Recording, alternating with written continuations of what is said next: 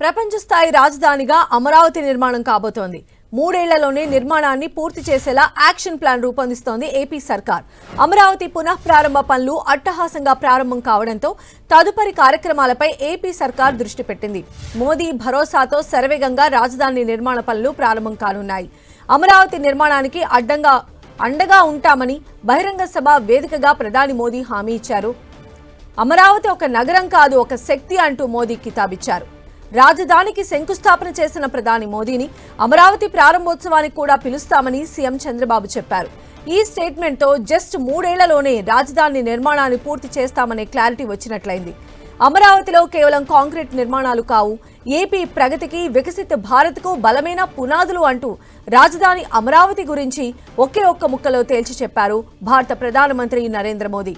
రాజధాని పనులు సహా 57,940 కోట్ల రూపాయల విలువైన ప్రాజెక్టులకు వెలగపూడి సభావేదికగా శంకుస్థాపన చేశారు. మరిన్ని అప్డేట్స్ మా ప్రతినిధి రవిచంద్ మనకు అందిస్తారు. రవిచంద్, ఆంధ్రప్రదేశ్ రాజధాని అమరావతి నిర్మాణ పనులు ఇక శరవేగంగా జరిగే అవకాశం కనిపిస్తుంది. నిన్న ప్రధానమంత్రి బహిరంగ సభ వేదికగా 5 లక్షల మంది ప్రజానీకం మధ్యలో నుంచి ఒక హామీ ఇచ్చారు. ఆంధ్రప్రదేశ్ అభివృద్ధికి నేను అండగా ఉంటానని హామీ ఇచ్చారు. ఆంధ్రప్రదేశ్ రాజధానికి అన్ని విధాలా అండగా ఉంటాను, మీతో భుజం కలుపుతాననే మాటలు ఆంధ్రప్రదేశ్ ప్రజానీకానికి మంచి ఊపినిచ్చాయని చెప్పుకోవచ్చు. ఆంధ్రప్రదేశ్ ప్రభుత్వం కూడా ఇంకా ఎటువంటి ఆటంకాలు లేకుండా అమరావతి విషయంలో ముందుకు పోతున్న పరిస్థితి కనిపిస్తుంది.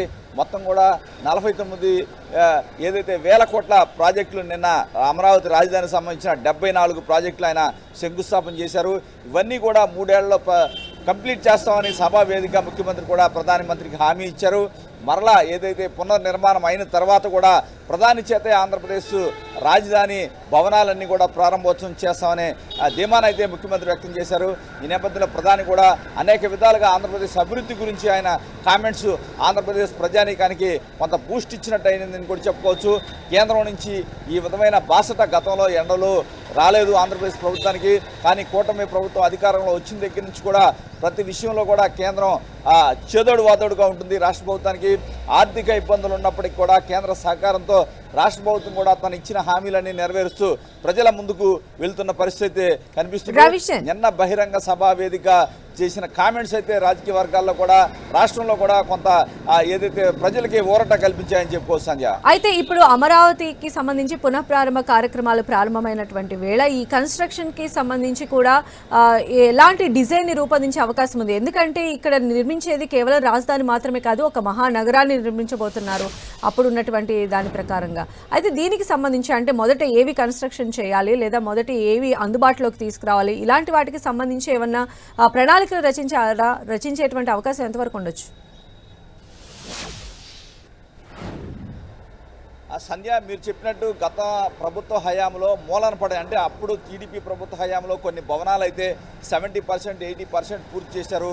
ఉదాహరణకు చూసుకుంటే ఎమ్మెల్యేల ఎంపీలకు సంబంధించిన నివాస గృహ సముదాయాలు కావచ్చు, కొంత ఉద్యోగుల గృహ సముదాయాలు కావచ్చు, కొన్ని 70% పూర్తయ్యాయి, కొన్ని 80% పూర్తయ్యాయి. కూటమి అధికారంలోకి వచ్చిన తర్వాత అవన్నీ కూడా పూర్తి చేయాలని నిర్ణయించారు. ఫస్ట్ అయితే 2-3 అంశాలు అయితే పూర్తయ్యే అవకాశం అయితే మనకు కనిపిస్తుంది. అయితే మిగిలిన సంబంధించి చూసుకుంటే కనుక సెక్రటేరియట్ కావచ్చు, హెచ్ఓడీలు కావచ్చు, అదేవిధంగా హైకోర్టు కావచ్చు, అసెంబ్లీ కావచ్చు, ఇవన్నీ కూడా చాలా ప్రాధాన్యత గల అంశాలుగా మనం చెప్పుకోవచ్చు. అదేవిధంగా రాజధాని చుట్టుపక్కల 1500 కిలోమీటర్ల రోడ్స్ కూడా నిర్మించాల్సి ఉంటుంది. ఇవన్నీ కూడా రోడ్స్ నిర్మాణం, చివరికి సైకిల్ ట్రాక్లు కూడా నిర్మిస్తున్నారు. ఇదంతా కూడా గ్రీన్ మొత్తం కూడా 30% మొత్తం కూడా ల్యాండ్ వదిలేయాల్సి ఉంటుంది. అంతా కూడా గ్రీన్ సిటీ మాదిరిగా ఇక్కడ చేసే అవకాశాలు అయితే ఉన్నాయి. మొత్తం కూడా రాబోయే ఏదైతే 100 ఏళ్లకి ఏ విధంగా ఉంటుందో ఆ విధంగా ప్లాన్ చేసి ఈ మహానగరాన్ని నిర్మించబోతున్నారు. ఇప్పటికే టెండర్స్ ప్రక్రియ మొత్తం కూడా పూర్తయింది. అందరూ కూడా టెండర్స్ కేటాయించారు. అందరూ కూడా పనులు అయితే ప్రారంభించారు. రాజధానిలో పనుల కోలాహలం అయితే మనకి కనిపిస్తూ ఉంది. సంధ్య, రైట్ రవిచంద్.